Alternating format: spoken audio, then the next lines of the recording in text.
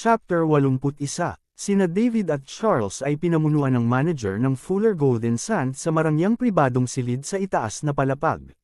Bilang pinakamalaking entertainment center sa River City, ang lugar na ito ay hindi lamang isang lugar para sa mga bisita upang magsaya, ngunit mayroon ding mga silid para sa mga bisita upang pag-usapan ang tungkol sa negosyo ng tahimik.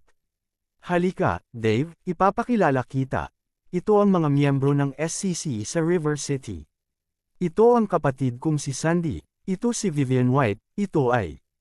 Isa-isang ipinakilala ni Charles ang mga miyembro ng River City SCC kay David. Sa pag-maximize ng mental power ni David, naaalala niya silang lahat sa isang pagkakataon. Ang 12 tao dito ay hindi lahat ng miyembro ng River City SCC. Ang 3 pa ay hindi nakarating dahil wala sila sa River City. Pinagmasdan ni David ang mga taong naruroon. Si Sandy ay nakadamit na parang delinquent, at siya ay mga 17 o 18 taong gulang pa lamang. Dapat kasing edad lang niya si Vivian pero heavy makeup din ang suot niya. Di ba kailangang mag-aral ang mga batang ito mula sa mayayamang pamilya?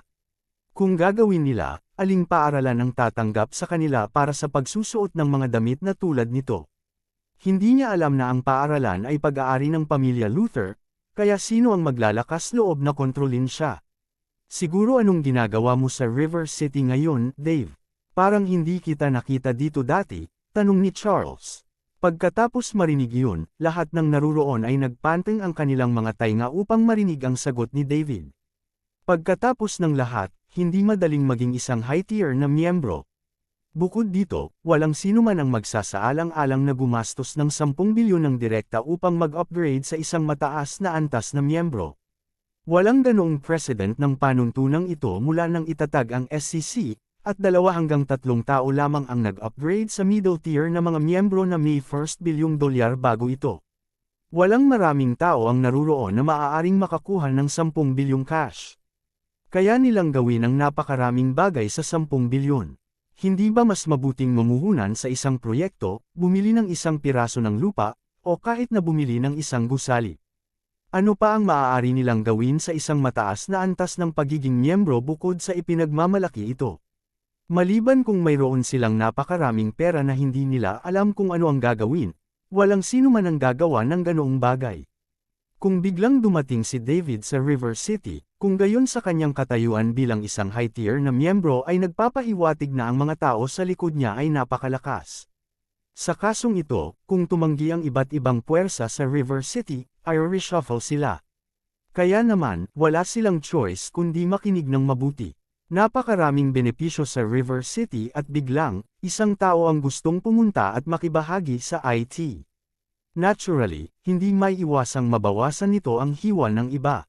Maging si Charles ay nag-isip din. Bago si David, siya ang nag-iisang high-tier na miyembro ng River City SCC at siya ang panganay na anak ng pamilya Luther, na masasabing pinakamakapangyarihang pamilya sa River City. Kung talagang dumating si David sa River City ng biglaan at nagkaroon ng ideya ng pananatili dito, pagkatapos ay kailangan niyang bigyang pansin dahil wala siyang anumang ideya tungkol sa background ni David. Ang mga taong maaaring maging high-tier na miyembro sa SCC ay hindi madaling harapin. Ang pinaka-nakakatakot na mga bagay ay madalas na hindi alam.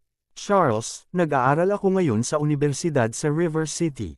Gayunpaman, mayroon akong isang kumpanya ng pamumuhunan. Kung kailangan nyo ng pondo, pwede kayong pumunta sa akin. Sa kumpanya lang ako mag-i-invest at hinding-hindi ako sasali sa management, sagot ni David. Hawak lamang ang mga bahagi at hindi lumahok sa pamamahala o paggawa ng desisyon. Ngayon, lahat ng naruroon ay naintriga. Hindi ba ito libreng pera? May ganito bang magandang bagay sa mundo? I wonder, anong projects ang interesado ka? Baka makapag-collaborate tayo. Interesado din si Charles. Kahit anong project okay, hindi ako mapili. Well, dapat maghanap tayo ng oras para mag-usap ng maayos. Nakatanggap si David ng ilang mga sumusunod na kahilingan ng sabay-sabay, at dahil narito siya upang mag-alok ng pera, natural na hindi nila ito tatanggihan. Walang sino man ang mag-aalinlangan na si David ay walang kakayahang ito. Pagkatapos ng lahat, hindi madaling ma-upgrade sa isang mataas na antas ng miyembro sa SCC. Gayunpaman, ang mga taong ito ay nagkaroon din ng mga pagdududa. Posible bang sadyang nagbibigay muna ng pera si David para makamit ang kanilang mabuting panig at pagkatapos ay makamit ang kanyang mga layunin? Sa kasong ito, kailangan pa rin nilang isaalang-alang kung makikipagtulungan sa kanya. Sa totoo lang, gusto lang ni David na gastusin ang pera sa lalong madaling panahon. Nais niyang makatipid ng higit pang mga marangyang puntos at tingnan kung may mga bagong function sa system. Sa oras na ito, sinabi ni David, "Huwag mag-alala. Wala akong intensyon na sumulong sa River City at hindi ko nais na nakawin ang mga goodies ng River City mula sa inyong lahat. Gusto lang kitang bigyan ng pera. Kung nag-aalala ka, maaari mo itong isulat sa kontrata. Hindi ako sasali sa management kahit gaano pa karami ang shares ko." "Dave, nakakatuwa ka," awkward na sabi ni Charles. Dati naman ay may ganoon siyang ideya. Ngumiti si David at hindi sumagot. Dahil ang lakas ng kanyang pag-iisip ay umabot na sa limitasyon, hindi lamang napabuti ang kanyang mga pandama, ngunit ang kanyang IQ ay bumuti rin, kaya natural niyang nararamdaman ang takot sa mga taong ito. Chapter 82. Kaya naman, nilinaw niya ito para mapanatag sila. Hindi siya naniniwala na tatanggihan siya ng mga taong ito kapag gusto niyang bigyan sila ng pera. "Since you said so, titigil na ako sa pagiging bongga. Ang River City ay naging matatag sa loob ng maraming taon, at ayaw kong magdulot muli ng gulo. Sana maintindihan mo, Dave." "Oo naman. Iyon pa rin ang sasabihin ko, mag-i-invest lang ako, at hindi ako sasali sa management. Hindi ako uusad sa River City, para makasigurado ka. Kung kailangan mo ng pondo, maaari kang pumunta sa akin anumang oras." "Sige, dahil direkta ka tungkol dito, tinatanggap kita sa ngalan ng lahat ng miyembro ng River City SCC. Sana magkaroon tayo ng mas maraming pagkakataon para sa kooperasyon sa hinaharap." Pagkatapos nito, natural, lahat ay masaya. Maraming tao na may mga proyektong hawak ngunit kulang sa pondo ang nagsimulang magpakilala kay David. Katulad ng sinabi ni David, walang tatanggi sa libreng pera. Sa kabilang banda, gusto lang ni David na gumastos ng pera kapalit ng mga bonggang puntos. Nang masayang nag-uusap ang lahat, kumatok si Paul sa pinto at pumasok. Pagkatapos, bumulong siya ng ilang salita sa tainga ni David. Kumunat ang noo ni David. Sinabi niya kay Charles, "Charles, sinabi ni Paul na may mga master sa pribadong silid sa tabi." "Mga master? Anong klaseng master?" tanong ni Charles. Isang master na kahit si Paul ay hindi sigurado kung kaya niyang talunin. "At least, hindi mas mahina ang lalaki kay Paul," sagot ni David. "Oh," natigilan si Charles at napatingin kay Paul na nakatayo sa likuran ni David. Sa unang pagkakataon na nakita niya ang taong ito, nakaramdam siya ng matinding pressure mula sa kanya. Kung madali niyang talunin ang 6 Camden, hindi dapat mas mababa ang kanyang lakas kaysa sa 2 tiyuhin sa kanyang pamilya. Kaya naman, agad niyang naisip na maaaring si David ang unang taong ipinadala ng malaking pamilya upang magsimula ng isang bagong proyekto sa River City.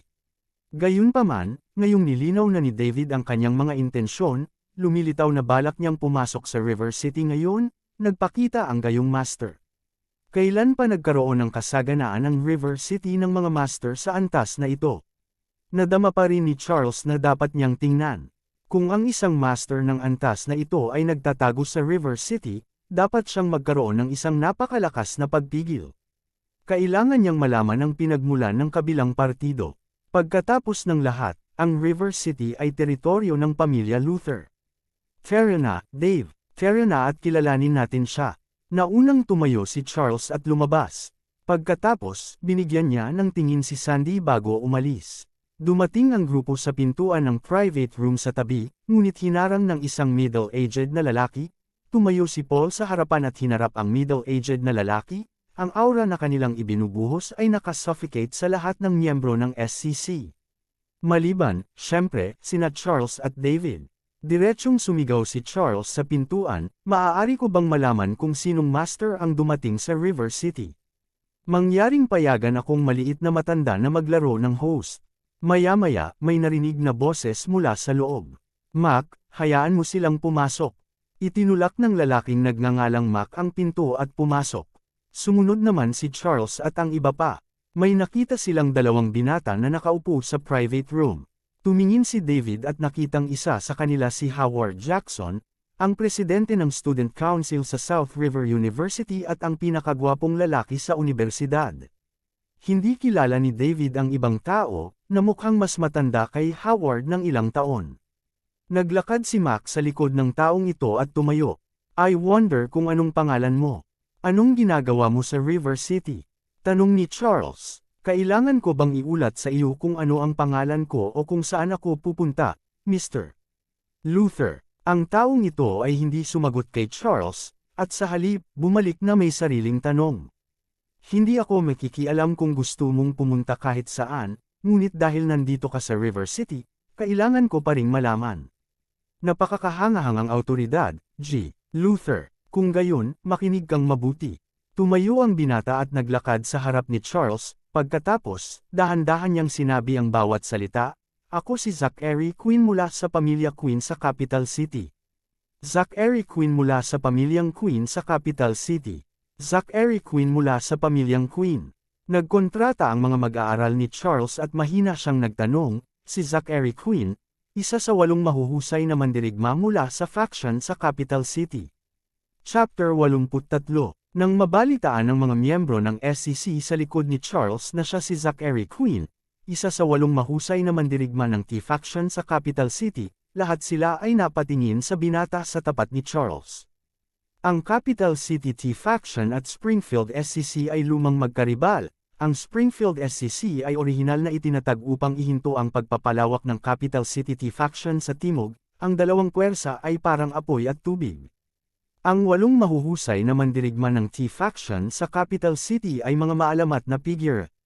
Hindi inaasahan ng SCC na lalabas sila sa harapan nila ngayon.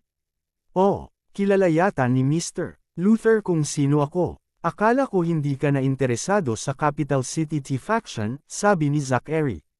Zachary, isa ka sa 8 mahuhusay na mandirigma sa T-faction ng Capital City, ngunit pumunta ka rito nang hindi ipinaalam, ano ang iyong layunin?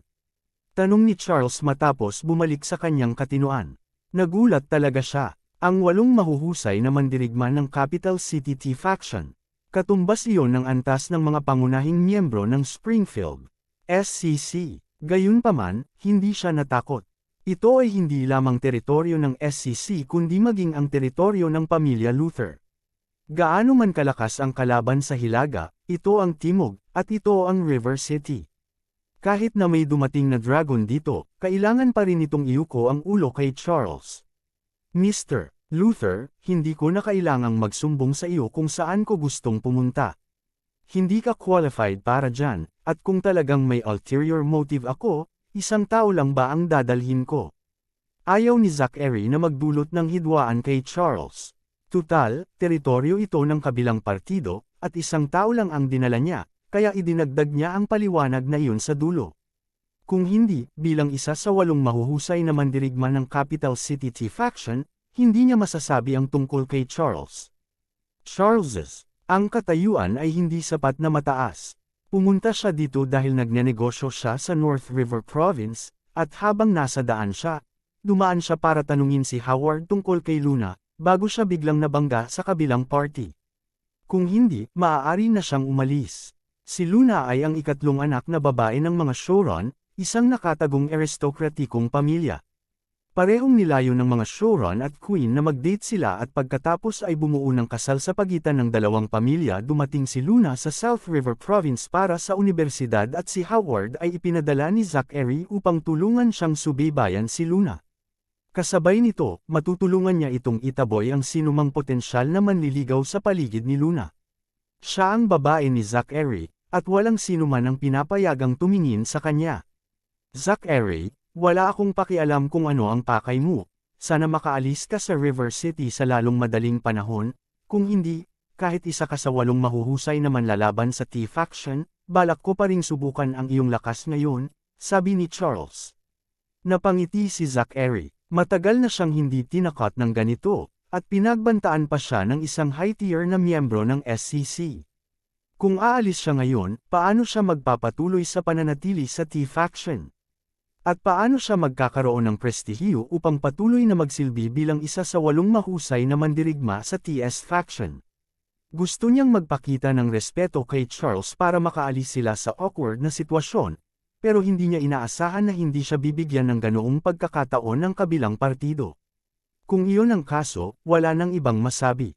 Mr. Luther, binigyan na kita ng sapat na paggalang.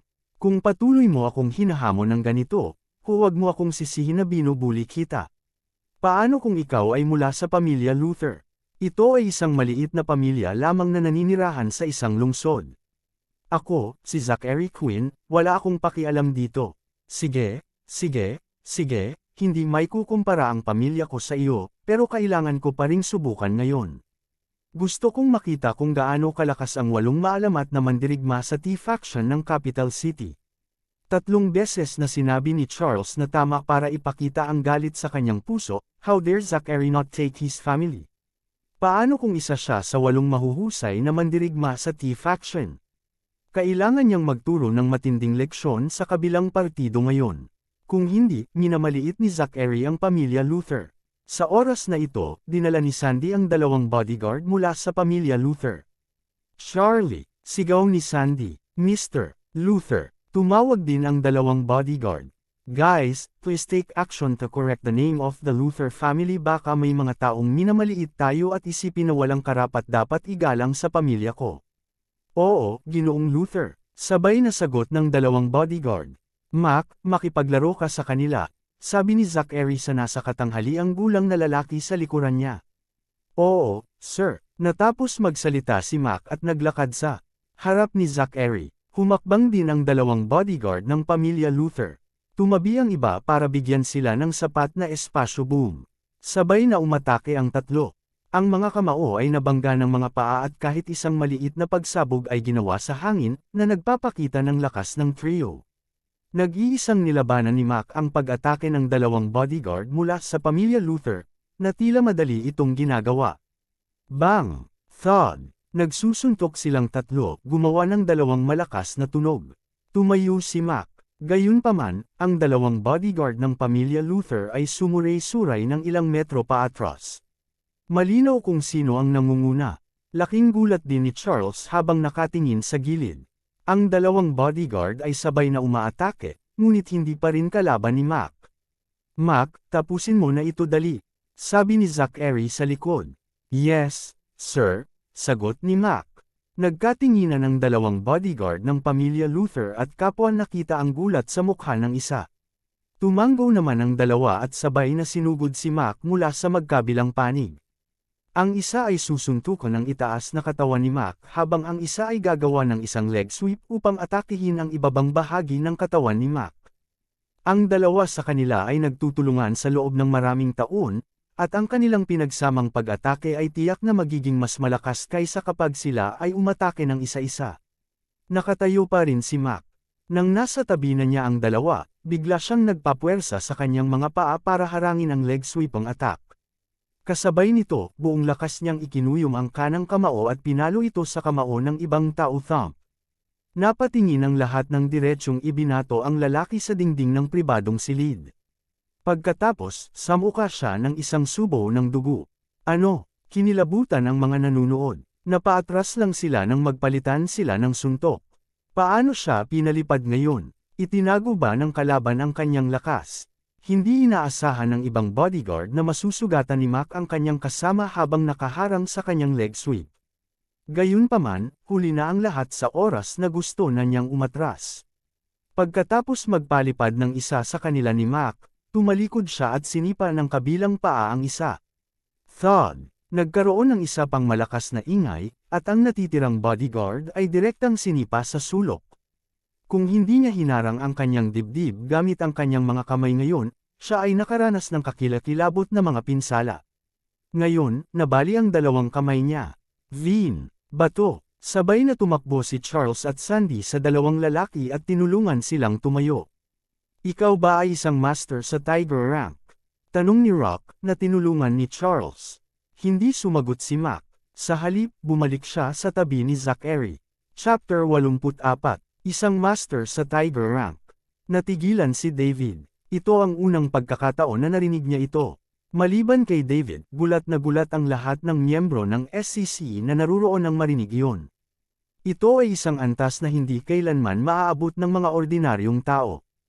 Ang ilang mga tao ay maaaring nakakonsumo ng masyadong maraming mga nobela o mga serye sa telebisyon, kaya nadama nila na ang lahat ng mga ranggo ay ginawa at nawalang ganoong bagay sa totoong mundo. Gayunpaman, mayroon lamang isang listahan sa pandaigdigang komunidad sa ilalim ng lupa. Ang sinumang maaaring maglagay ng kanilang pangalan sa listahang ito ay magiging isang nangungunang master sa mundo. Isa ang Tiger rank sa mga listahang iyon. So, ano sa tingin mo, Mr. Luther? Ang nag-iisang master sa iyong pamilya, si Old Master Luther, ay nasa kanyang 70s ngayong taon, tama ba? Kung wala na siya, sa tingin mo ba ay magiging maayos din ang iyong pamilya gaya ngayon? Nakangiting pang-aasar ni Zachary. Sherry, wala kang pakialam kung ano ang mangyayari sa pamilya Luther. Hindi ko. Hahayaang isipin mo na ako, si Charles Luther, ay madaling pantirya, kaya't iiwan ko sa iyo ang isang bagay sa iyo ngayon. Bumunot ng baril si Charles at itinutok sa kabilang partido, gayunpaman, itinutok niya ang baril kay Mac sa likod ni Zachary. Wala talaga siyang lakas ng loob na gawin kay Zachary.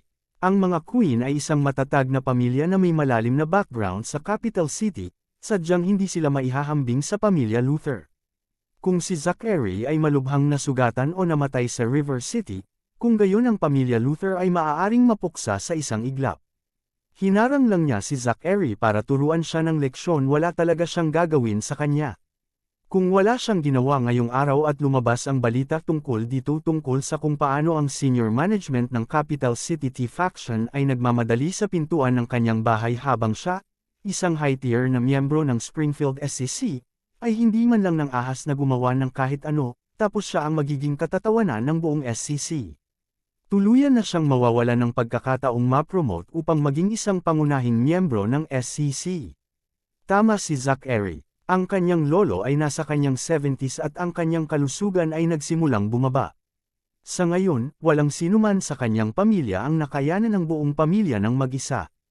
Kaya, kinailangan niyang maging isang pangunahing miyembro ng SCC upang mapigil niya ang paghina ng kanyang pamilya. Kaya naman sumugod siya kahit alam niyang isa ang kabilang partido sa 8 mahuhusay na mandirigman ng Capital City Tea Faction.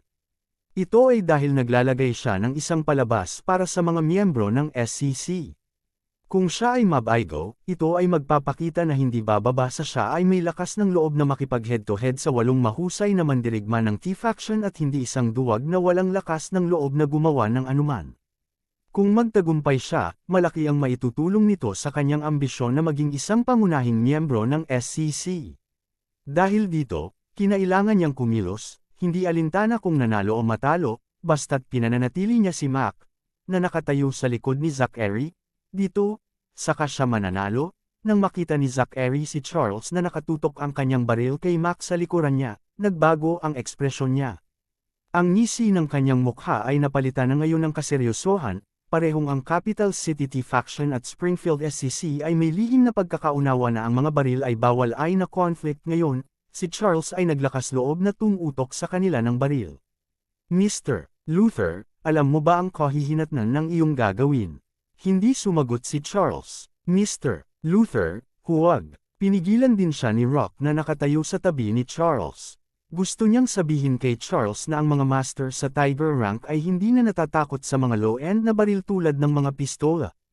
Gayunpaman, huli na ang lahat. Para sa kapakanan ng pamilya, hindi na nagdalawang isip si Charles at hinayla ang gatilyo. Bang! Isang putok ng baril ang nagpatahimik sa buong silid. Si Mac, na dapat ay mag-collapse dahil sa putok ng baril, ay hindi na nakita. Paul, biglang bulalas ni David. Ang kanyang kapangyarihan sa pag-iisip ay na-upgrade sa maximum, kaya ang kanyang ika-6 na pandama ay napakalakas. Nakita niyang madaling umiwas si Mac sa bala ni Charles bago siya sumugod kay Charles. At the same time, nakita rin niya sa mga mata ni Mac ang murder intent. Gusto niyang patayin si Charles. Tumayo si Paul sa likuran ni David, at siya ang pinakamalapit kay Charles. Kaya naman tinawag ni David ang pangalan niya para mailigtas niya si Charles. Nang marinig ni Paul ang boses ni David ay mabilis siyang nag-react at agad na lumipat sa harapan ni Charles. Tapos, tumakbo siya papunta kay Mac. Matapos iwasan ni Mac ang bala ni Charles, hindi Siya nagdalawang isip na tumakbo patungo kay Charles na may mga mata na puno ng pagpatay na layunin. How dare you point your gun at Mr. Queen? Kailangan kitang patayin. Bang! Isa pang malakas na tunog ang umalingaw sa pribadong silid. Mas malakas ang isang ito kaysa sa putok ng baril kanina. Chapter 85. Ang tunog ay nabuo sa pamamagitan ng vibration. Nalikha ang panginginig ng boses ng magkabanggaan ang dalawa, na pinarami pa ng katotohanang nakakulong sila sa isang pribadong silid. Sa makatuwid, maliban sa ilang mga tao na may tiyak na pundasyon, ang ibang mga ordinaryong tao ay nagtakip ng kanilang mga tainga at may masakit na mga tingin sa kanilang mga mukha.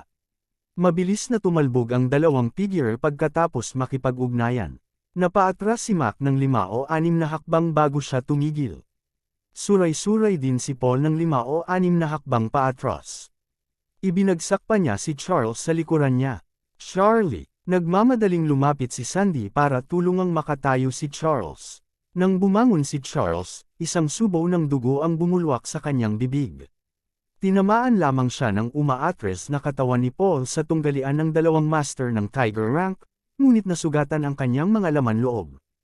Ang lakas ng mga master ng Tiger Rank ay talagang nakakatakot. Charlie, bakit ka sumusuka ng dugo? Ayos ka lang ba? Tanong ni Sandy na nakatingin kay Charles na may luha sa mga mata. Sandy, okay lang ako. Namumutla na rin ngayon si Charles. Matapos makabawi, tumingin siya kay David ng may pasasalamat. Kung hindi hiniling ni David kay Paul na hamarang sa oras, siya ay isang bangkay ngayon.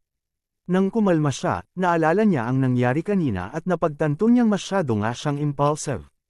Ito ay higit sa lahat dahil si Zachary ay tinutusok ang kanyang mahinang lugar, na nagpabulag sa kanya sa galit at naging dahilan upang mailabas niya ang kanyang baril. Ngayong naisip niya ito, ano ang mangyayari kung mapatay niya si Mac gamit ang baril? Siya ay lumalabag sa mga patakaran ng magkabilang panig. Dagdag pa, hindi siya nang ahas na patayin si Zachary, ngunit si Zachary ay naglakas loob na patayin siya. Ito ang pagkakaiba ng katayuan ng dalawa. Nagulat si Zachary nang makita niyang parehong paatros si Mac at ang lalaking nagngangalang Paul. Ngayon, tumingin siya ng diretso kay David.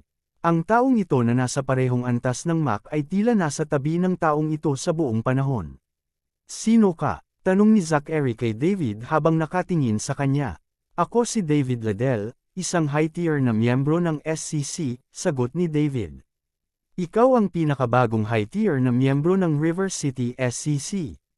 Tama iyan. At gusto mo akong pigilan. Kung aalis si Mr. Queen ngayon, hindi ako gagawa. Anong biro? Sinira ni Charles ang panuntunan sa pagitan ng T-Faction at SCC, at naglakas loob siyang tumutok sa akin ng baril. Siya ang kauna-unahang tao na gumawa ng ganoon sa akin, kaya kailangan ko siyang patayin. Galit talaga si Zachary. Bilang anak ng mga queen sa Capital City at isa rin sa 8 mahusay na mandirigma ng T-Faction, isang baril ang itinutok sa kanya ng isang high-tier na miyembro ng SCC.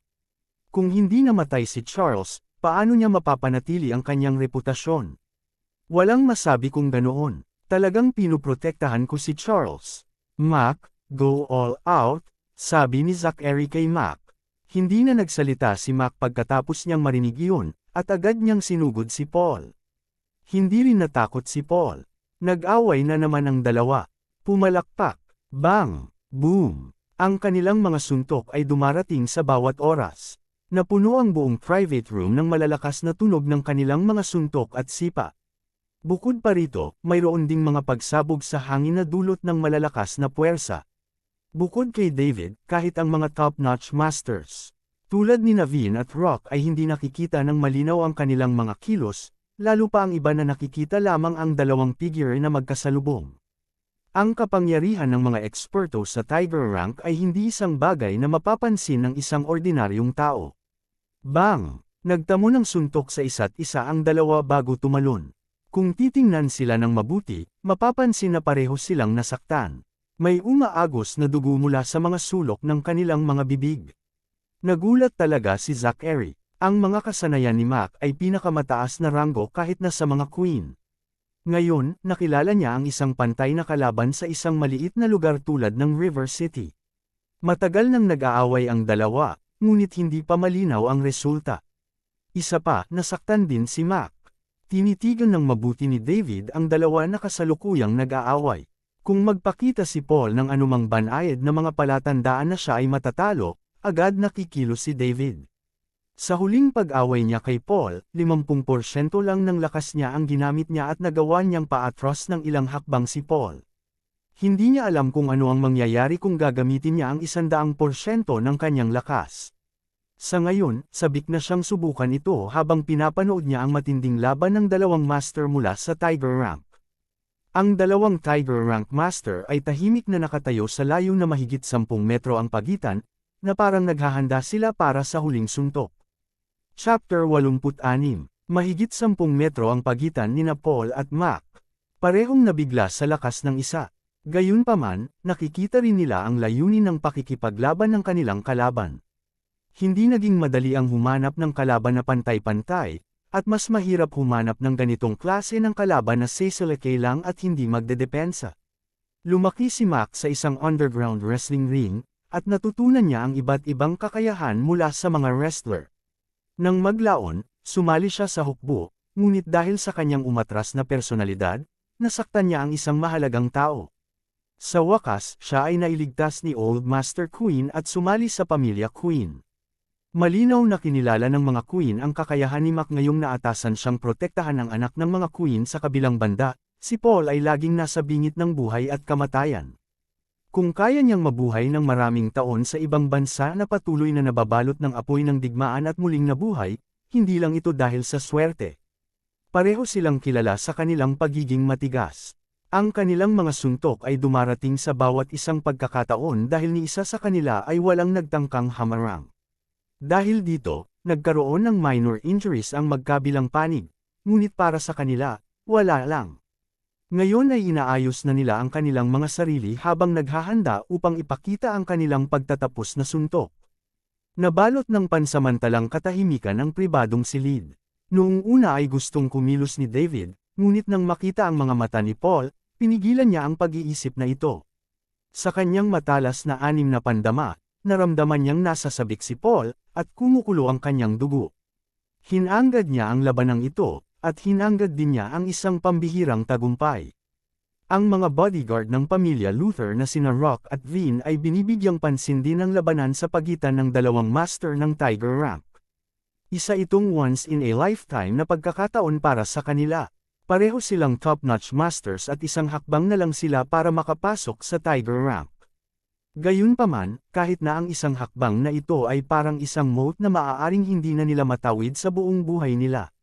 Kung maaari silang maging inspirasyon sa pamamagitan ng panunood sa labanan sa pagitan ng dalawang master ng Tiger Rank, maaaring may pagkakataon para sa kanila na pumunta pa. Si Charles, Sandy, at ang isang grupo ng iba pang miyembro ng SCC ay tumingin kay Paul nang may pagtataka. Hindi nila inaasahan na magkakaroon ng ganoong lakas si Paul. Kung ganoon nga, medyo nakakatakot ang background ni David. Dahil dito ay medyo nag-iba ang tingin nilang lahat kay David. Biglang bumalaw ang 2 taong tahimik na nakatayo. 2 anino lamang ang makikita ng isa na nagmamadaling patungo sa isa't isa sa napakabilis na bilis bago nagtagpo sa gitna sa isang iglap. Nang magkasalubong silang dalawa, napasubsob ni Mac ang kanyang hininga sa kanyang ibabang tiyan at itinulak palabas ang kanyang palad kasabay ng momentum ng kanyang buong katawan. Pagkatapos, sumigaw siya ng malakas sa kanyang puso, King Kong Pom. Naikuyong ni Paul ang kanyang kanang kamao sa harap ng kanyang dibdib. Sa sandali ng pakikipag-ugnay, inipon niya ang lahat ng kanyang lakas at sinuntok, tahimik na nag-iisip sa kanyang puso, Tiger Cannon Fist. Boom! Nang magkadikit ang kamao at ang palad, isang dumadagandong na tunog ang umalangaw-ngaw sa mga tainga ng lahat, kasama ang mga panginginig ng boses na naging sanhi ng pagkahilo ng lahat. Hindi lang malakas ang ingay, ngunit sa pagkakataong ito, isang malaking airwave ang ginawa habang sinubukan nilang dalawa ang kanilang makakaya upang labanan ang isa't isa. Pati ang mesa at upuan na inuupuan kanina nina Zachary at Howard ay nabaligtad, na parang nasa isang marahas na bagyo ang lahat. Pagkatapos ay dumating ang 2 muffled groans. Sabay na napaatras si Paul at Mac mula sa puwersa. Nagmamadaling lumapit si David at ipinatong ang kanyang mga kamay sa likod ni Paul para mapahina ang suntok na nagpalipad sa kanya. Habang nasa kabila, sinalo rin ni Zachary ang lumilipad na katawan ni Mac. Sabay na tumalsik ng malalaking subo ng dugo sina Mac at Paul pagkatapos magpakatatag ng kanilang katawan. Sa ngayon, pareho silang matamlay. Sa pagkakataong ito, ginawa nilang dalawa ang kanilang makakaya upang magdulot ng malaking pinsala sa isa't isa. Sa puntong ito, magiging mahirap para sa alinman sa kanila na makabawi sa loob ng susunod na ilang buwan. Paul, kumusta ang pakiramdam mo? Tanong ni David habang inalalayan si Paul. Ayos lang ako, pero sir, hindi kita mapoprotektahan kahit sandali, sabi ni Paul. Ayos lang, dapat gumaling ka muna, sabi ni David. Sa kabilang side, Mr. Queen, gustong magsalita ni Mac, pero pinigilan siya ni Zachary. Mac, magpahinga ka muna. Ipaubaya mo sa akin ang natitira. Ibinigay ni Zachary ang Mac kay Howard para matulungan niya itong suportahan. Pagkatapos, mag-isa siyang naglakad papunta sa gitna ng pribadong silid.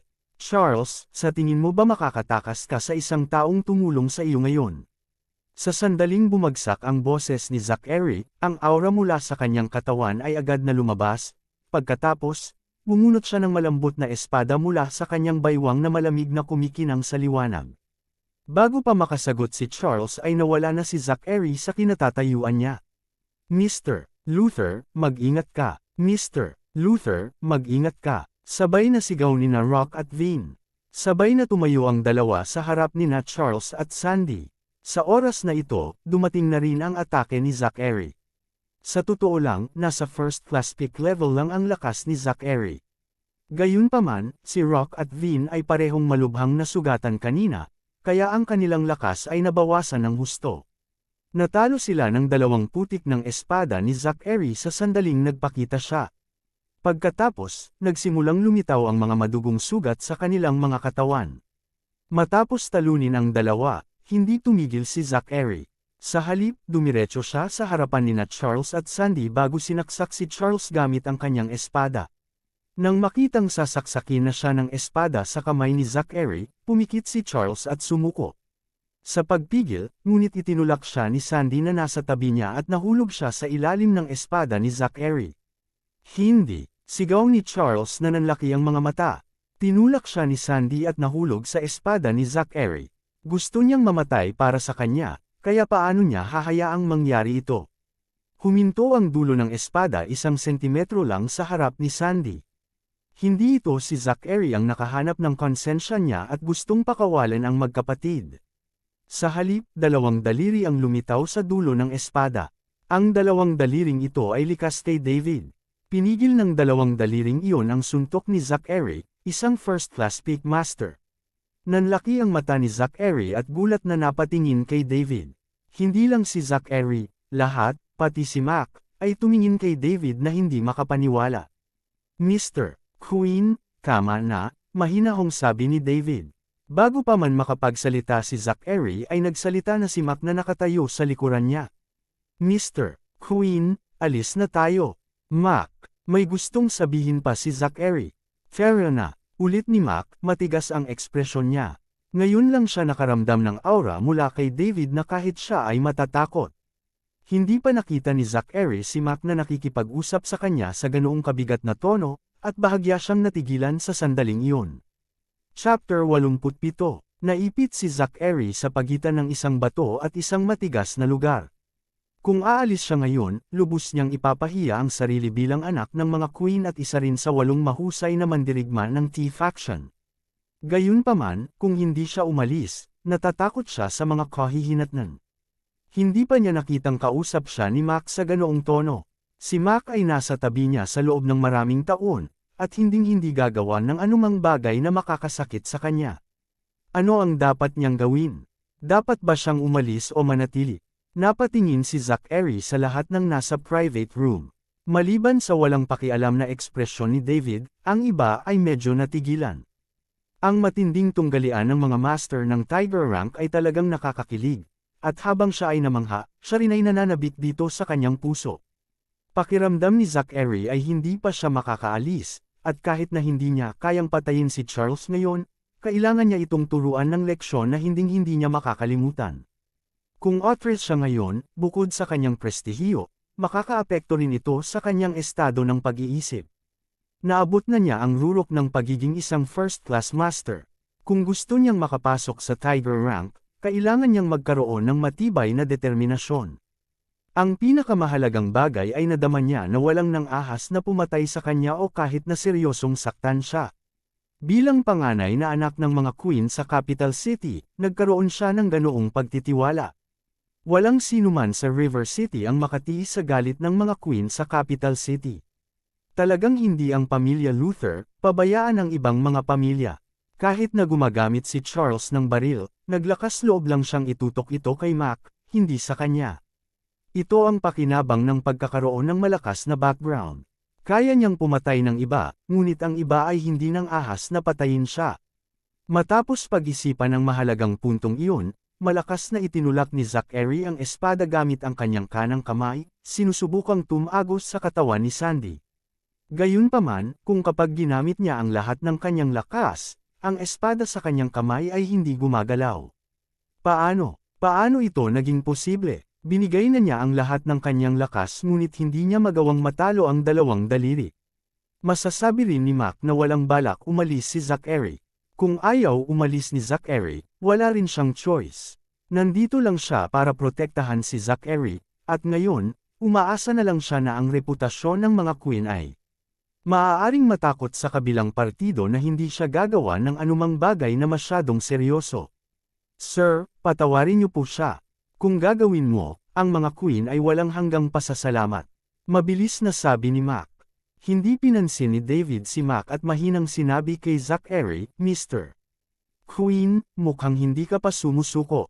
Pagkatapos, binitawan niya ang kanyang hawak sa dulo ng espada, at, sa bilis na kasing bilis ng kidlat, pinagdikit ang kanyang mga daliri at pinitik ang dulo ng espada. Ding! Isang malutong na boses ang umalingaw sa pribadong silid. Ito ang tunog na ginawa ng napakabilis na vibration. Naglakbay ito sa mga tainga ng lahat ng napakatindi, na nagparamdam sa kanila na para silang tinutusok ng hindi mabilang na mga karayom. Napailing din ang kanang kamay ni Zachary sa sobrang bilis na panginginig ng boses mula sa dulo ng espada. Namamanhid ang buong braso niya ngayon, at para bang hindi sa kanya ang brasong iyon. Mabilis niyang binitawan ang hawakan ng espada. Sa sandaling binitawan niya ang hilt ng espada, ang katawan ng espada ay hindi na makayanin ang ganoong kabilis na panginginig at ito ay nabasag sa hindi mabilang na mga piraso, nakakalat sa lupa. Napanood ng lahat ang eksenang ito sa pagkabigla, kabilang ang dalawang master ng Tiger rank. Walang pakialam na tumayo si David sa tabi ni Sandy. Nakapikit siya at nakakunot ang mukha. Tumayo si Zachary 2 metro ang layo, hawak-hawak ang kanang kamay gamit ang kaliwang kamay, namilipit ang mukha sa sakit. Bukod dito, ang mga fragment ng kanyang malambot na espada ay nakalatag sa pagitan nila. Napatingin si Zachary sa mga pira-pirasong lupa sa harapan niya at may hindi maipaliwanag na pagkabigla sa kanyang puso. Ito ay isang super alloy na armas na ginawa gamit ang pinaka-advanced na teknolohiya. Hindi kalabisan ang sabihin kaya nitong pumutol sa bakal na parang putik, ngunit ngayon, nagkapira-piraso na ito pagkatapos ng isang pitik. Ang lakas ng taong ito ay hindi maisip, at talagang natatakot siya ngayon. Kung ang taong ito ay may ganoong lakas sa murang edad, gaano katibay ang pamilya sa likod niya? Mabilis na binaliwala ni Mac ang kanyang malubhang na sugatan na katawan, itinulak ang suporta ni Howard, at mabilis na humakbang pasulong upang tumayo sa harap ni Zachary. Chapter 88. Nakatayo roon si Howard na pinapanood si David, medyo nag-ambala. Noong una niyang makita si David, pakiramdam niya ay pamilyar ang lalaking ito, ngunit hindi niya matandaan kung saan niya ito nakilala. Hanggang sa nagpakilala ang kabilang partido bilang si David Liddell na naalala ni Howard. Hindi ba ito ang lalaking napabalitang samuka ng dugo at nakoma matapos siyang itapon ng kanyang kasintahan sa kakahuyan sa tabi ng field ng South River University ilang araw na ang nakakaraan? Nakikita pa rin niya sa kanyang telepono ang ilan sa mga larawan at gawa ni David. Bagamat pareho sila ng hitsura, magkaparehas ang pangalan, at halos magkasing edad, ang kanilang mga ugali ay ganap na naiiba. Naghinala siya na magkaibang tao sila, ngunit paanong nagkaroon ng ganoong pagkakataon? Imposibleng magkapareho ang kanilang edad, hitsura, at pangalan. Kaya, nangangahulugan ito na ang taong ito ay si David Liddell, isang mag-aaral mula sa kanyang universidad na nagsuka ng dugo matapos siyang itapon ng kanyang kasintahan. Gayunpaman, nakatayo siya ngayon na may ganitong walang pakialam na ugali. Hindi man lang niya sineseryoso si Mr. Queen. Pakiramdam niya ay medyo hindi kapanipaniwala ito. Mr. Queen, gusto mo bang ituloy? Tanong ni David. Hindi natuloy ni David. Ang layunin niya ay iligtas lamang si Charles. Tutal, tinulungan siya ni Charles at nasa iisang club ang dalawa. Kaya, hindi siya makatayo habang pinagmamasdan ng isa pang pinapatay. Ayaw din niyang masaktan si Zachary. Bagaman sa sandaling ito, naramdaman niya na ang kanyang lakas ay dapat na medyo malakas. Ang kanyang background ay malayo pa rin sa kahanga-hanga. Bukod dito, walang rivalry sa pagitan ng dalawa. Si Zachary ang gustong pumatay kay Charles, hindi siya. Kung talagang may gustong pumatay sa kanya, pakiramdam ni David ay hindi siya magpipigil. Anuman ang background ng kalaban, papatayin niya ang mga ito ng walang pag-aalinlangan. Ito ang pagbabagong dulot ng lakas. Walang sinabi si Zachary, nakatitig lang siya ng diretso kay David na nasa pagitan nila si Mac. Hindi niya maintindihan. Halatang mas bata sa kanya si David pero bakit napakalakas niya? Marahil, nakaisip si Zachary ng posibilidad. Ito lang ang makapagpaliwanag ng lahat. Sa pag-iisip nito, gumaan ang loob ni Zachary. Sila lamang ang makapaglilinang ng gayong mga talento. Gayunpaman, kailangan niyang iulat ang bagay na ito sa T-Faction sa lalong madaling panahon. Ang mga taong iyon ay nagpakita at ang ilan sa kanila ay sumali na sa SCC. Hindi ito magandang balita para sa T-Faction. Mac, Howard, alis na tayo. Mabilis na humakbang si Howard para suportahan si Mac. Pagkatapos, sabay silang tatlo na lumabas ng private room. Nang lumakad si Zachary sa pintuan ng private room, lumingon siya, tumingin kay Charles, at sinabing, "Charles, sana ay ganoon din ang swerte mo sa susunod na pagkikita natin." Pagkatapos ay sinabi niya kay David, "David, magkikita tayong muli." Pagkatapos nun, umalis na yung tatlo. Bukod kina David at Paul, nakahinga ng maluwag ang lahat ng nasa private room. Labis silang na-stress sa hitsura ng maalamat na 8 mahuhusay na mandirigma ng Capital City T-Faction. Pagkatapos, lahat ay nagsimulang tumingin kay David sa ibang liwanag. Noong una nila siyang nakilala ay tinitigan siya ng mga mata ng may panghahamak. Ngunit ngayon, napalitan ito ng respeto. Nakipag-head-to-head siya kay Zachary, isa sa 8 mahuhusay na manlalaban ng T-Faction at nanalo. Bukod dito, nailigtas pa niya si Mr. Luther mula sa kanyang pag-atake. Kung may lumabas na balita tungkol dito, manganginig ang buong Sheffield SCC. Ang isang makapangyarihang tao ay igagalang saan man siya magpunta. "Dave, hinding-hindi namin makakalimutan ng kapatid ko ang pagligtas mo sa amin ngayon. Mula ngayon, kahit anong kailangan mo, sabihin mo lang sa akin at hinding-hindi ako tatanggi." "Ako rin. Hindi rin ako tatanggi sa kahit anong hihilingin mo. Kung may mangyari sa iyo sa River City, sabihin mo lang sa kanila ang pangalan ko." Agad na bumalik si Sandy sa kanyang delinkwenteng sarili. "Masyado kang mabait, Charles." Chapter 89. Umupo si Zachary at ang barkada sa kotse. Si Howard ang nasa harap habang si Zachary at Mac ay nakaupo sa likod. Karaniwan, si Mac ang nagmamaneho, ngunit dahil siya ay malubhang nasugatan, si Howard lamang ang maaaring magmaneho. Kailangang ibalik sila ni Howard sa North River Province. Sa kotse, "Mac, anong level na si David?" tanong ni Zachary. Gusto niyang malaman ang lakas ni David, na mas bata sa kanya. "Sir, hindi ko masabi. 1 onsa lang ng aura niya ang ipinakita niya, pero kinilabutan na ako. Isa pa, hindi ko kayang basagin ang espada gamit ang isang pitik ng daliri tulad niya. Sa tingin ko siya ay nasa tuktok ng Tiger rank o mas mataas pa." Sagot ni Mac pagkatapos mag-isip. "Mas mataas sa Tiger rank." Paanong posible iyon?" Gulat na tanong ni Zachary. "Sir, you should know that there are always people who can do better. Ang ilan sa kanila ay sobrang talino. Noong nasa underground wrestling ring ako, nakilala ko ang isang lalaki na hindi mas mababa kay David," matiyag ang paliwanag ni Mac. "Mac, sa tingin mo ba may pagkakataon akong maabot ang antas na iyon?" "Sir, ang galing mo kaya kung willing kang Magsumikap, kakayanin mo. Gayunpaman, gaano pa kaya sila uunlad kapag naabot ko ang isang antas na tulad nila? This time, hindi na sumagot si Mac. Hindi kasi niya alam ang isasagot.